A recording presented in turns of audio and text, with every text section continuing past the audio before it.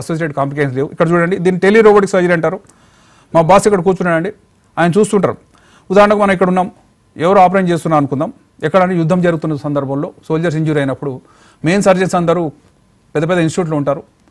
అంబులెన్స్లో రోబో పెట్టేస్తారు. Patient connect చేసిన తర్వాత వీళ్ళు ఆపరేట్ చేస్తారు. ఇక్కడ నుంచి అక్కడ అసిస్టెంట్ కేవలం కనెక్షన్ కూడా నేర్చుకుంటారు. ఆ టెక్నీషియన్ ఉంచుతారు, ఇక్కడ సర్జరీ చేస్తారు. అదే టెలి రోబోటిక్ సర్జరీ అంటారు. సో సర్జన్ ఎక్కడ నుండి ఉండొచ్చు అండి. అమెరికాలో సర్జన్ మనకు ఆపరేట్ చేయొచ్చు, నేను ఇక్కడ కూర్చొని అమెరికా వాళ్ళకి చేయొచ్చు. తద్వారా మెయిన్ సర్జన్స్, ప్రపంచవ్యాప్తంగా పేరు పొందిన సర్జన్స్ ఎవరు ఉంటారో వాళ్ళ ద్వారా నేను సర్జరీ చేయాలని కోరుకుంటే అలాంటి అవకాశం మాత్రం ఇందులో ఉంది.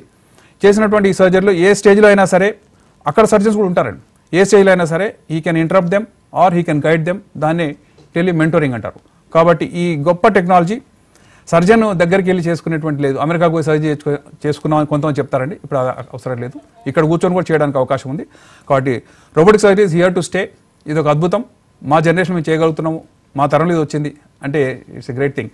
అది లేని సందర్భంలో ఓపెన్ సర్జరీ చేసి అదే గొప్పగా ఫీల్ అయిన సందర్భాలు కూడా ఉన్నాయి మా ముందర సర్జన్స్. కానీ right now robotic surgery is one of the most sophisticated and refined surgery. దాని ద్వారా మానవాళికి మంచి జరుగుతుంది. దాని కాస్ట్ తగ్గితే మరింత మంది చేసుకునే అవకాశాలు తప్పకుండా పెరిగిపోతాయి. థ్యాంక్ యూ శ్రీధర్ గారు.